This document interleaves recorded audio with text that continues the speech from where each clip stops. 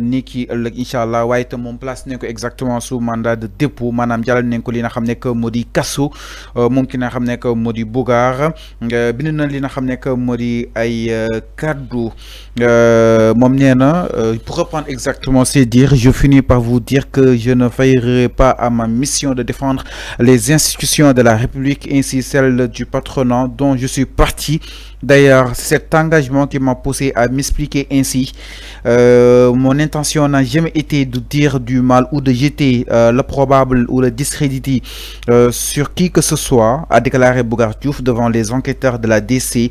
Moom itam daal di koy jëbbal li nga xam ne que moo di le procureur daal di sàkku si moom exactement benn mandat de dépôt maanaam yóbbu nañ ko si li nga xam ne que moo di kaso bi. Alors naka na ko daal di jàngatee, c'est un sujet très sensible lu mel ni Casamance ñu si wax yenn si ay wax yu mel nii moom nee na pourtant il a été toujours là pour accompagner la République, surtout ba ko le président Bassirou Diomaye soxlawee si coalition li nga xam ne que moo di Diomaye 2024 du wàcc mission bi nga xam ni itam moom si moom la nekk malgré ak lépp lu ko si war a mën a dabane ban jàng si def da nga ko trahir wala kon peut-être lu xew parce que nu mu waxee nii il se sent trahi. xam nga Bougar Fallou wax naa la fi Bougar il cherchait un nom xamul Casamance yàgg naa la wax Bougar quand information bu mu commencé ba ñu convoqué ko. fii laa toog ci plateau bi ma ne la Bougar bi ngay wax ni benn xamul Casamance ñaareel bi maîtriser wul sax lu muy wax ci Casamance parce que xamu ci dara c'est une tête vide dégg nga li mu wax nee na xam nga fan la ko jëlee. information bu mu wax ni nee na il l'a repris d'un agent de MFDC bi wax ci le journal du pays. le journal du pays xam nga journal du pays fan la nekk moo tax ma ne la Bougar amul xam-xam. yow tu as repris cette information là sur le journal du pays le journal du pays lay wax excusez-moi man j'aurais attendu de Bougar mu ne dama dem investigation ba Casamance xam nga journaliste la journaliste da ngay ne damay dem investigation def investigation damay dem à la pêche de l'information mu jaral ma passe ba Casamance dem rencontrer ces personnes-là en question. Je leur pose des questions directes, des questions à réponse. Ma def sama investigation ba ma am lu ma leer ni que information bi may waaja wax ci média bi loolu dama dem ba ci Casamance rencontrer ces personnes-là ñu jox ma en question en personne cette information-là. Fiiru Casamance fi mu taxaw nii. dama ne yow yaa ne Casamance Bougar ne connaît même pas la Casamance.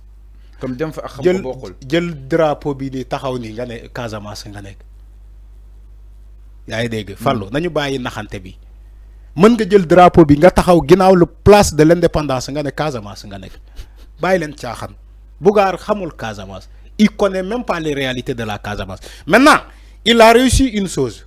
muy lan se faire un nom. Il a voulu dafa bëgg a siiw léegi siiw na les gens vont dire oui Bougar a été placé sous mandat de dépôt. mais est-ce que loolu la. non loolu la bëgg. loolu la bëgg mais kaso ku ko yéene sa bopp. non bi oui Fallou arrête toi aussi. politiciens yi loolu mooy seen bàkku dugg naa kaso. La prison n'est plus un mythe les gens ils se promènent à la prison pour se faire un nom pour se faire des noms. Je parle des politiciens. Ce n'est plus un mythe. Parce que dañ lay conseiller boo bëggee siiw. Voilà boo bëggee siiw. da ngay def lu ne fang gars yi convoqué la nga dem prison wala ñu mandat de dépôt la comme ça tu as un nom. Les journaux vont reprendre oui le journaliste tel a été placé sous mandat de dépôt voilà il a été convoqué par la police de cybersécurité. Wala par la DIC, la section de recherche. C'est ce que cherchait Bougar. Bougar kenn xamu ko. mais moom dafa bokkoon ci coalition. non dafa bokk ak ñu xam la bokkul. Fallou il y a beaucoup de gens yoo xamante dañoo bokk ci coalition Diomaye président te xamuñu leen les gens ne le reconnaissent pas. yow mën nga citer fii beaucoup de gens yoo xamante ñu ngi ci coalition Diomaye président te kenn xamu leen. benn mouvement ñaari personne la am rek mu dugg ci coalition bi. loolu kese la.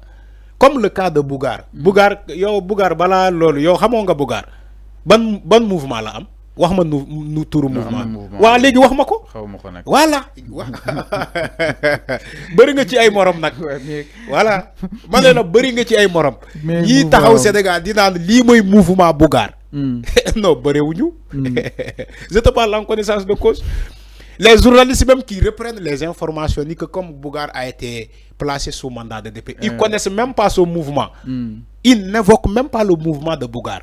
Ken xamu ko. On le connaît même pas.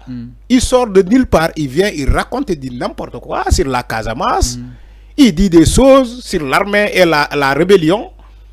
Après, on te convoque. Yo, Bougane, tu nous dis, ouais, l'information sur le journal du pays, il faut la congeler. Quand les autres, comme les autres médias qui nous disaient que ici, Afrique confidentielle la congelée. Voilà des informations taillées de peinture rouge.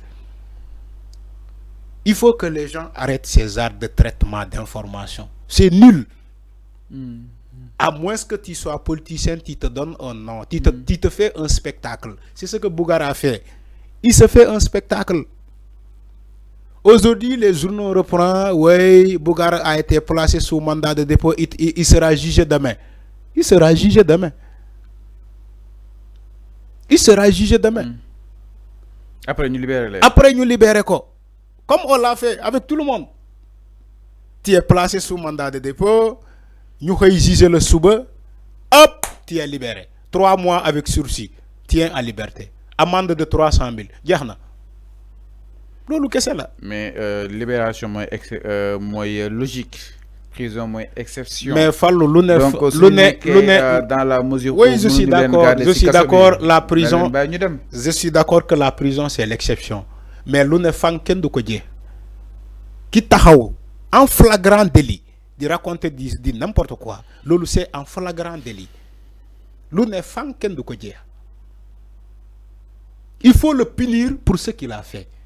Pour comme ça, Souba, il ne va pas répéter les mêmes conneries. Mais quand tu laisses des personnes comme ça, ils racontent n'importe quoi, ils vont reprendre encore la même chose. En sachant que si nous avons des mandats de dépôt, nous allons libérer les Souba. Organiser ce procès Souba, nous libérer les. Nous avons 3 mois avec sursis, ou 6 mois avec sursis. Sursis, tu vas rester chez toi.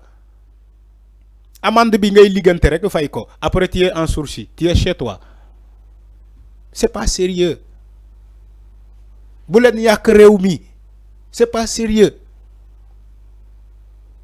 Bu len yak rew mi. Alors mi non leer na par rapport ak li nga xam que modi justement mbiru Bougane cadre yi nga xam ni itam yekki woon na ko daal di koy jëmale exactement si li nga xam que modi Casamance ak mouvement MFDC. Alors ñu daal di ñëw foofu si ko mairie bu Dakar exactement mairie